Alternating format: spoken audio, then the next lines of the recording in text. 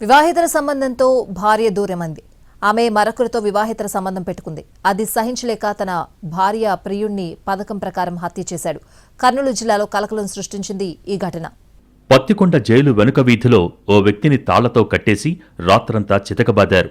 ఉదయం స్థానికులు చూసే సమయానికి అతను స్పృహ కోల్పోయి ప్రాణాపాయ స్థితిలో ఉన్నాడు.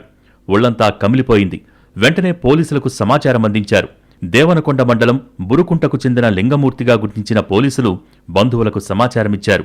స్థానికంగా ప్రాథమిక చికిత్స చేయించి కర్నూలులో ఓ ప్రైవేట్ ఆస్పత్రికి తరలించారు. పరిస్థితి విషమించటంతో బంధువులు ఆ వ్యక్తిని ప్రభుత్వాస్పత్రికి తరలించారు.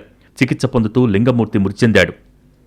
పత్తికొండ మండలానికి చెందిన రంగమ్మను దేవనకొండ మండలం నేలతలమర్రికి చెందిన నాగేంద్రకిచ్చి వివాహం చేశారు. వారికి 2 పిల్లలు. నాగేంద్రకు భార్యకు కొన్నేళ్లుగా గొడవలవుతున్నాయి.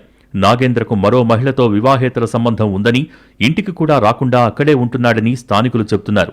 దీంతో నాగేంద్ర, రంగమ్మ మధ్య గొడవలు ముదిరి ఆమె భర్త నుంచి విడిపోయింది. పత్తికొండలో నివాసముంటోంది. రంగమ్మకు దేవనకొండ మండలం బురుకుంటకు చెందిన లింగమూర్తికి మధ్య పరిచయం ఏర్పడింది. ఇద్దరి పొలాలు సమీపంలోనే ఉండటంతో సాన్నిహిత్యం పెరిగింది. భర్తకు దూరంగా ఉంటున్న రంగమ్మకు లింగమూర్తికి మధ్య పరిచయం వివాహేతర సంబంధానికి దారితీసింది. రంగమ్మ అత్తింటి నుంచి వచ్చి పత్తికొండలో కాపురం ఉండటంతో లింగమూర్తి తరచూ ఇంటికి వచ్చి వెళ్లేవాడు.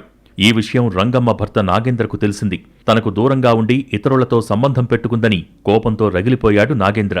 తన భార్యతో వివాహేతర సంబంధం పెట్టుకుంటావా అంటూ లింగమూర్తిపైన కోపం పెంచుకున్నాడు. లింగమూర్తిని చంపేయాలనే నిర్ణయానికి వచ్చాడు నాగేంద్ర. లింగమూర్తి రంగమ్మ దగ్గరకొచ్చిన సమయంలో సమాచారం వచ్చేలాగా ఏర్పాట్లు చేసుకున్నాడు. మందులు తీసుకొస్తానని ఊరి నుంచి వచ్చిన లింగమూర్తి పత్తికొండలో రంగమ్మ వద్దకు వెళ్లాడు. వెంటనే ఈ విషయాన్ని కొందరు నాగేంద్రకు చేరవేశారు. పత్తికొండలో రంగమ్మ, లింగమూర్తి రాత్రివేళ ఒక గదిలో ఉండగా భర్త నాగేంద్ర మరికొందరు రెడ్ హ్యాండెడ్గా పట్టుకున్నారు. లింగమూర్తిని తాళ్లతో కట్టేసి కర్రలతో చితకబాదారు. దెబ్బలకు తాళలేక స్పృహ కోల్పోయిన లింగమూర్తి చనిపోయాడు అనుకుని వదిలి వెళ్లిపోయారు. ఉదయమే లింగమూర్తి గాయాలతో స్పృహ కోల్పోయిన స్థితిలో ఉండగా కర్నూలుకు తరలించి చికిత్స చేయించినా కోలుకోలేక చనిపోయాడు.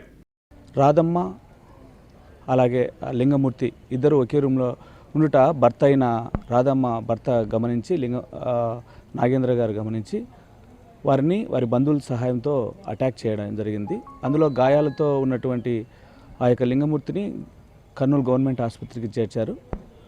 ఆయన చికిత్స పొందుతూ ఈరోజు నిన్నటి దినం 10 గంటలప్పుడు మరణించడం జరిగింది.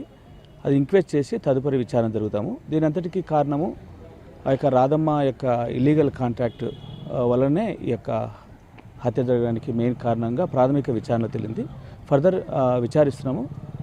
ఫర్దర్ ఇన్వెస్టిగేషన్ మళ్ళీ తెలియజేస్తాం.